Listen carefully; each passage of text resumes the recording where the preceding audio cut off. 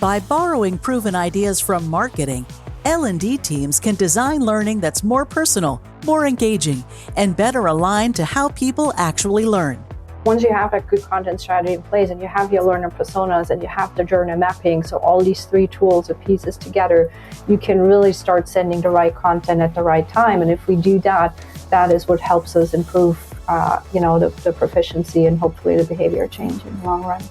That's Bianca Baumann, co-author of the new book, Think Like a Marketer, Train Like an L&D Pro.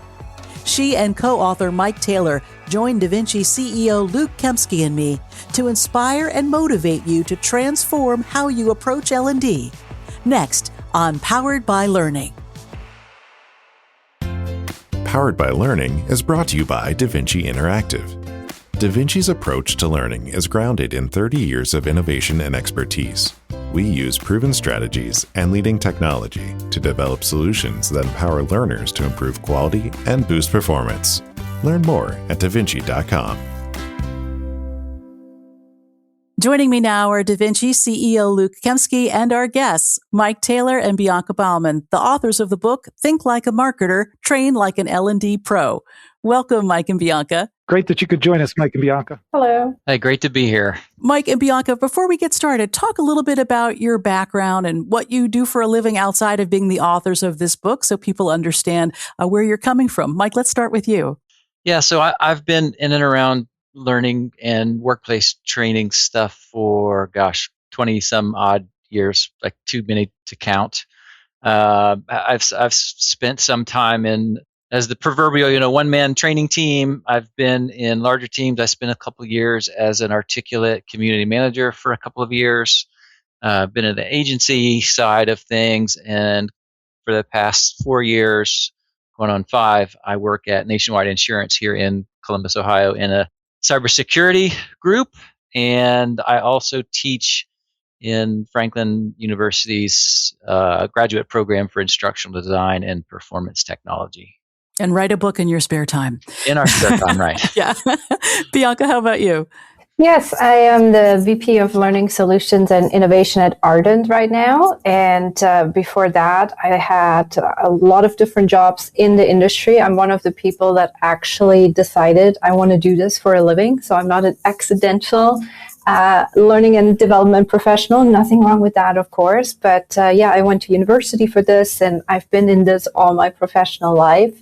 And I've been in finance and event management and marketing, where the love for marketing and learning kind of came to be. And I also teach at OISE, which is part of the University of Toronto here. And it's a certificate in learning experience design. And when I don't write books and work, I do love to cycle. I'm a road cyclist, and I'm just getting into cross-country skiing because, there's no cycling in winter here in Toronto. That's wonderful. And before we start talking about your book, how did the two of you come to partner to work on this together? Yeah, so 2017, we did an online conference through the Learning Guild that was around marketing and learning. And so we both had a session, and then we were both on a closing panel. And I think, I won't speak for Bianca, she can correct me if I'm wrong here, but I think we both sort of saw what each other were talking about, hadn't really heard anybody else doing that, and, sort of set off a big light bulb about, hey, maybe we should sort of look for ways to team up because I think we have a similar viewpoint on the topic. Well, we're glad you did, and we're glad that you're joining us today. Yeah, that's excellent. I know, somebody who's spent my whole career leading a learning solutions company and an integrated marketing agency. When I don't know what I was scrolling by, and your title of your book caught my eye, and I was immediately engaged and went on and got a Kindle copy, started reading. And it really connected, and I thought, we have to have you as guests on Powered by Learning for sure. So you talked a little bit about how you came together. I guess talk a little about kind of what the inspiration for the book was and kind of the primary thesis of it. Yeah, so both Bianca and I spent time in marketing companies and marketing environment. And, for me, the big light bulb was marketers and training people really have the same two big ideas or goals. right? So we're trying to get people's attention, because if we don't do that, nothing else matters. And we're trying to influence their behavior. And the contrast between the two approaches of those two fields is pretty stark. And oftentimes, as the point of the book is marketers tend to do a lot of this stuff a lot better than training people. And so that was kind of the seed of everything else that followed. Yeah, and for me, I was actually teaching marketers how to be better marketers. It was part best practices, but part a platform. It was Eloqua. I was working at that company at the time. It's now part of Oracle. And as Mike was just saying, I realized how much overlap there is, and I wanted to dig deeper and learn more. And that's really what it started. It all started with some blogging and figuring out the messaging like any good marketer would. And eventually, as Mike was already telling you guys, that's when we crossed paths. Yeah, they really talk a lot about targeting your audience, or really getting to know your audience at a different level, and thinking about like delineating between intuitive thinking and deliberative thinking. And I kind of think about that as, trying to get to the learner's heart, trying to get to their mind, right? The marketers often go for the heart with that emotional connection, and the instructional designers want to get right into the brain. Give us your viewpoint on that, and what you tried to communicate in the book to inspire instructional designers to kind of think about it differently.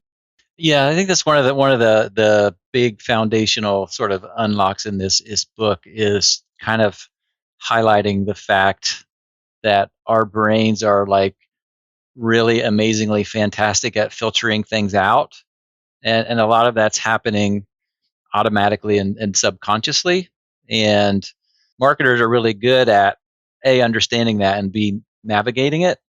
And so first job for a good learning designer, and I don't think this really, that I've seen anywhere, really gets talked about a lot, is like designing for attention. And a lot of people sort of assume what's in the LMS and it's a compliance thing, so therefore the attention is guaranteed, which we know is not really true. A lot of people design for this sort of calm, logical, focused audience that doesn't really exist, or rarely exist. And so, understanding, what are those sort of hardwired things that our brain will set up and pay attention to? How can we earn their attention, because we don't automatically have it? And that's that fast automatic part of our brain, System 1, like Daniel Kahneman's book sort of popularized. And if we can't get that System 1 attention, we can never get any further. So if we don't get attention, it could be the best thing in the world. It doesn't make a difference. So we have to get that attention first, and then once we've hooked them with the attention, then we can go to the deliberate side and use those two things together. Yeah, that's great. I love it in how in the book you have the workshop type activities at the end of each chapter, and that gives really a chance for the reader to actually apply thinking like a marketer to what they're doing. I guess, have you ever used those activities in workshop settings, and how do the learners in those settings respond to those activities, and any antidotes that you might have? Yeah, so we've done quite a few workshops and conference presentations and stuff like that. And I think one of the common arcs of that experience is we will sort of prompt them with something maybe they hadn't thought of before, and there's typically sort of a brief pause, and then you can almost see it happen. There's like the big light bulb moment.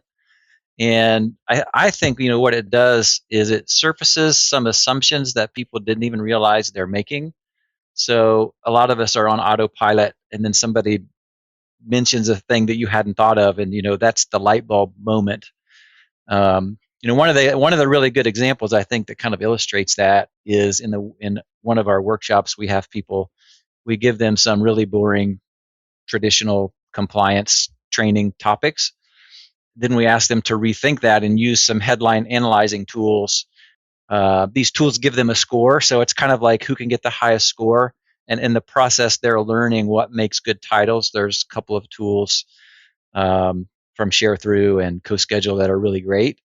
And it's one of those things where, and I was guilty of this, I talk about it in the book, of you just give the logical, factual title, and you never think of it again. But it's really, as you probably know, titles and subject lines are super, super important. It's this little detail. It's like the gate to get into that attention zone, and it shapes everything that comes after that, or nothing comes after that. And so it's really much more important and worth consideration than I think most training people realize. Yeah, just like your title grabbed my attention scrolling by. Anything to add about to that, Bianca? Yeah, I just wanted to say that these are not just exercises for workshops. So I want to make sure that everyone knows when you read the book, you can actually take those activities in your day-to-day work. And for us, that was really, really important when we wrote this book, that it's something actionable that people can do the next day quickly, easily, ideally at low cost or no cost. And a lot of those activities are things we do every day.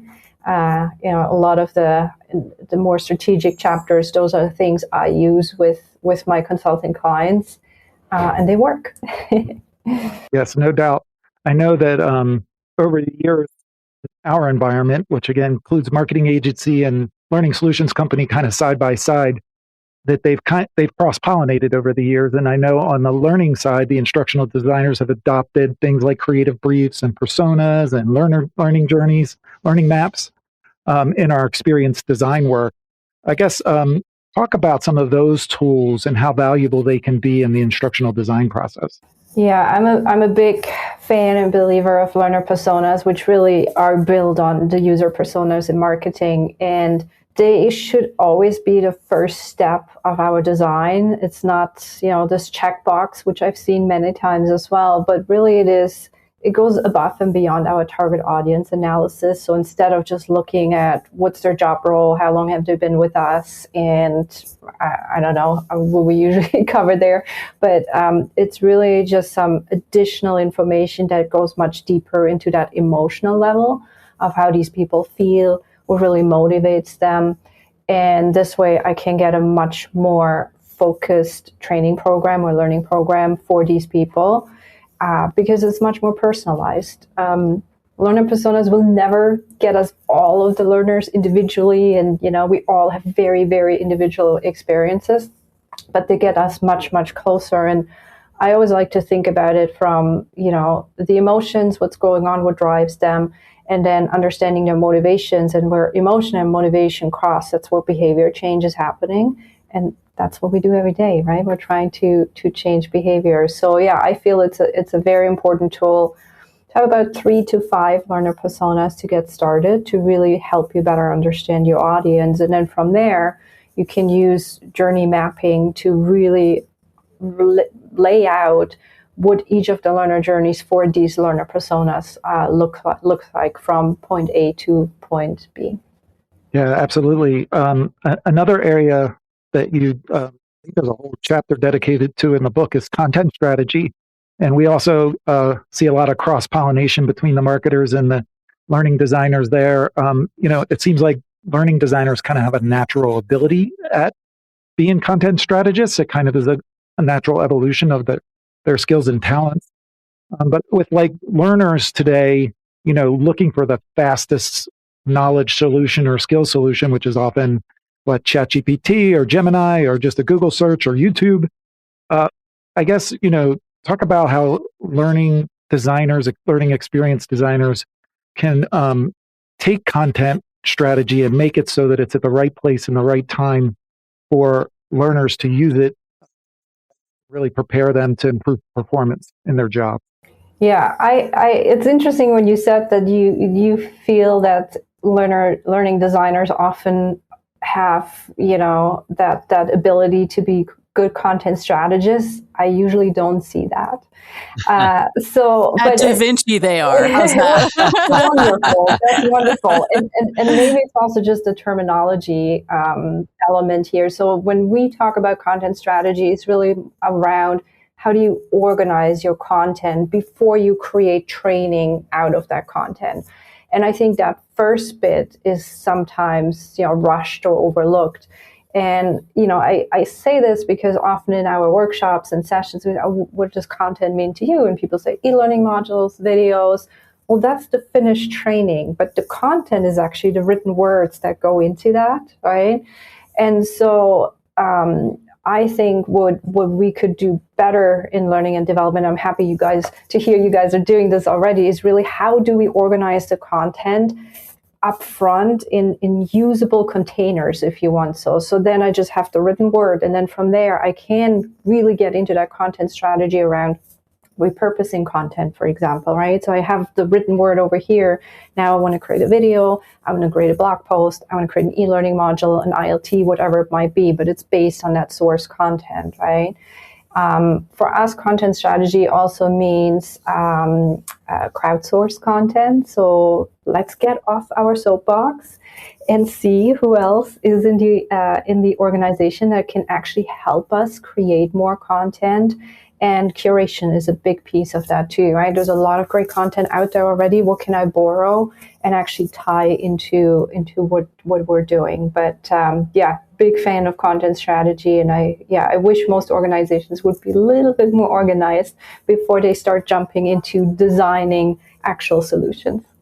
Yeah, well, certainly if people reflect back on how they're consuming learning themselves, they will know that it's not from just one particular medium, if you will, or channel, and that as learning experience designers, we have to think about multiple channels and also playing out time in addition to different channels. Absolutely. And then, Luke, apologize, I forgot to answer the last part of your question, which you were just alluding to, that, once you have a good content strategy in place and you have your learner personas and you have the journey mapping, so all these three tools or pieces together, you can really start sending the right content at the right time. And if we do that, that is what helps us improve, the proficiency and hopefully the behavior change in the long run. Yeah, absolutely.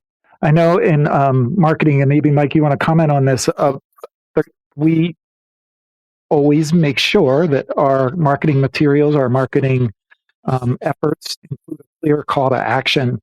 And you talk about that as something you can embed in your training and your learning objects, if you will.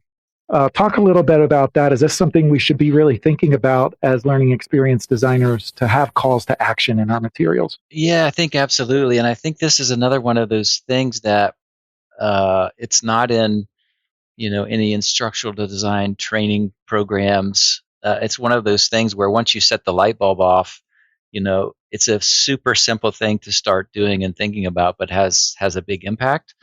I mean, I can tell you, gosh, I don't know if I've ever seen personally, an e-learning course that I had to take. You get to the ending screen, maybe they give you a quiz, and the last thing, what does it say? It says close a window or exit course, right? Like it's a wasted opportunity.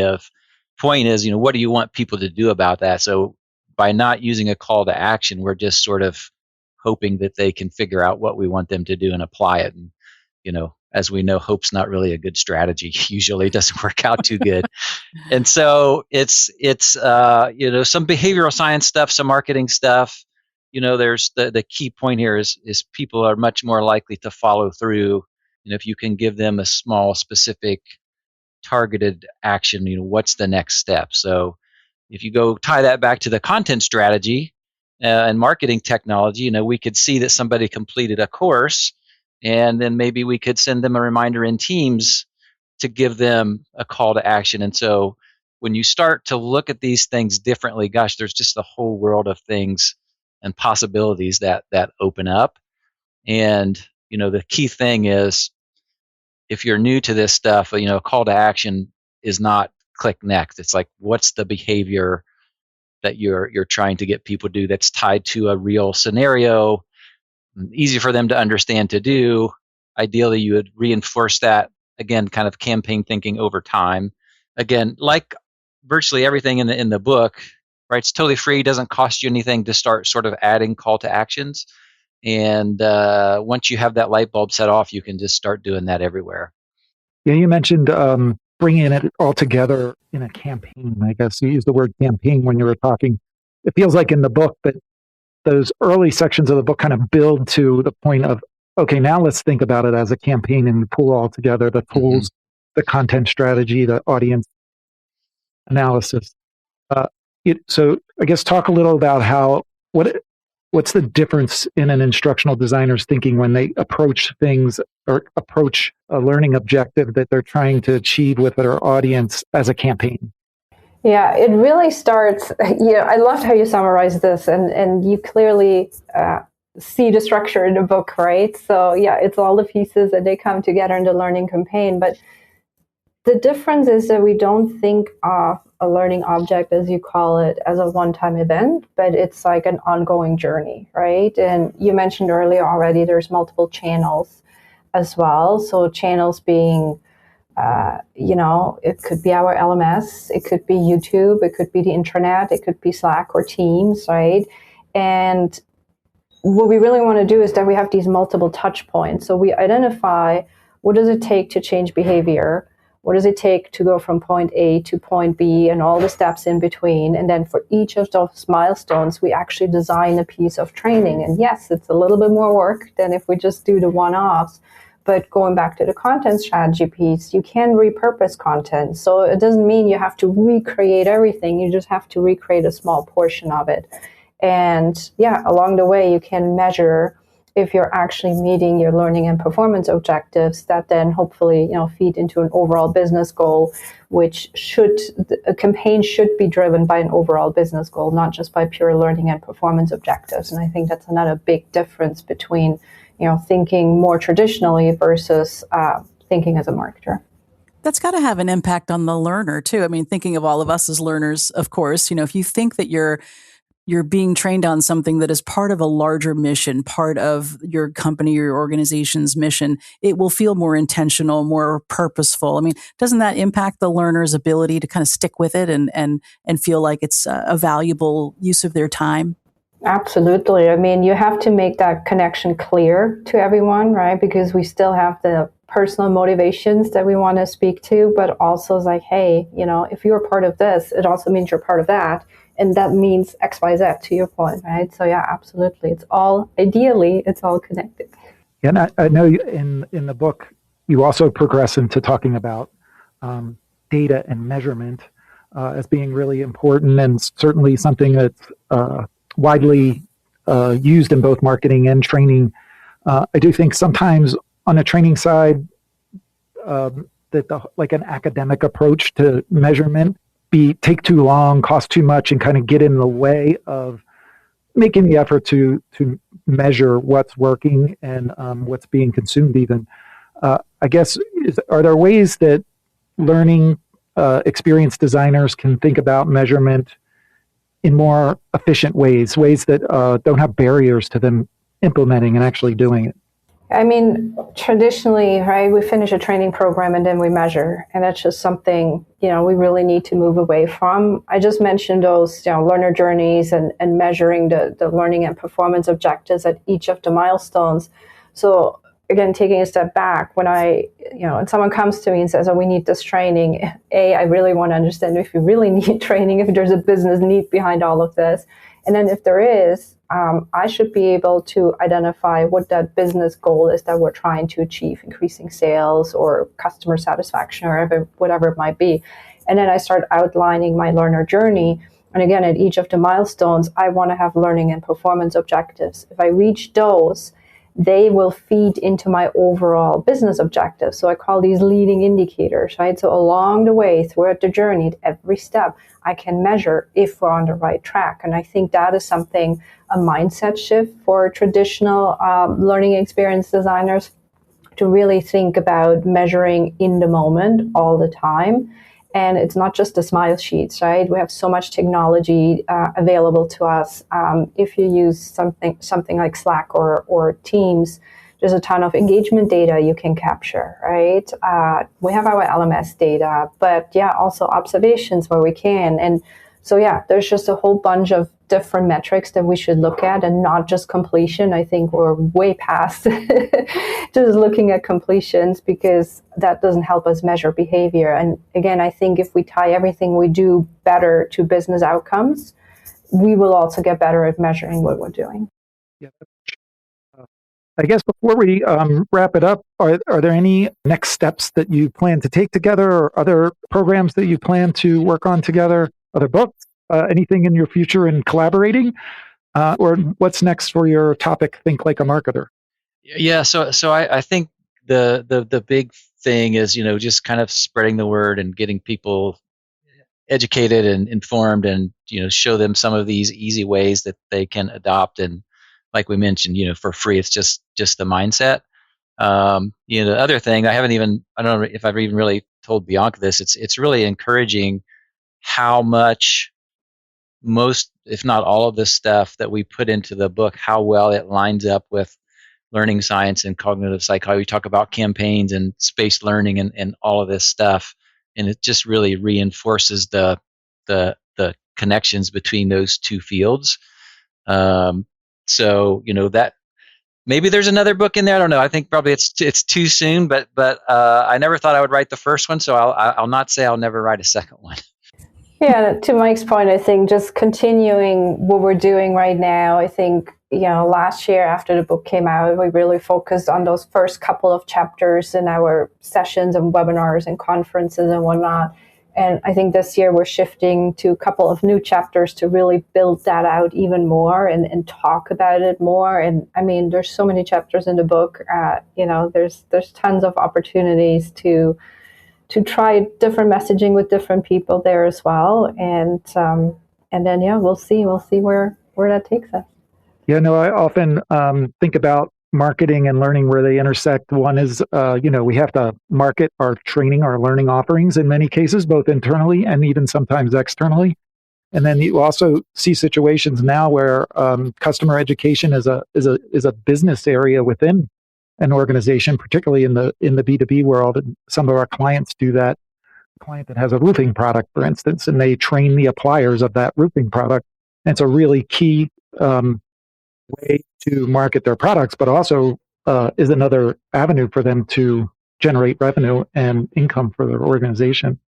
So, and it certainly benefits the people in that value chain to both think like a marketer and to think like an educator.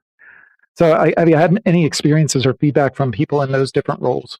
So funny you bring this up, because my first two roles were in customer education before customer education was a thing, and so at the time I was actually talking about it quite a bit, and it just kind of fell on deaf ears, and should have stuck with it. But I shifted into the marketing and learning piece, which is still, to your point, very closely related. But I mean, for me, it's a no-brainer, right? If you have a SaaS product, you should have customer education and not just customer success. I loved your example for, the roofers there. There's so many examples of customer education, how you can really make that part of your buying process and advocacy and loyalty. I mean, there's like a million angles to this. But I'm glad to finally see it picking up. And I can, add that even in sort of a quote unquote boring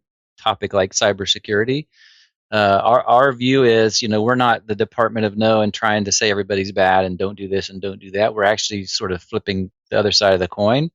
And, our entire purpose is, if we do this well, it's a competitive advantage. And we've actually done a pretty good job with that and have now been invited into sales calls and sales meeting with funds that are looking to invest billions of dollars. And so if they can look at us and say, this is a well-run, secure place, then it's just, a competitive advantage that has a huge business impact. Yeah, that's exactly right. And such an exciting time, I think, with your book coming out in 2025 and Carl Kapp's book, Action First Learning. It's really a banner year for instructional design, learning experience design books that if I were teaching a class here in 2026, I would want both of those books for my students to go through, and hopefully they're influencing a lot of the work being done right now and into the future.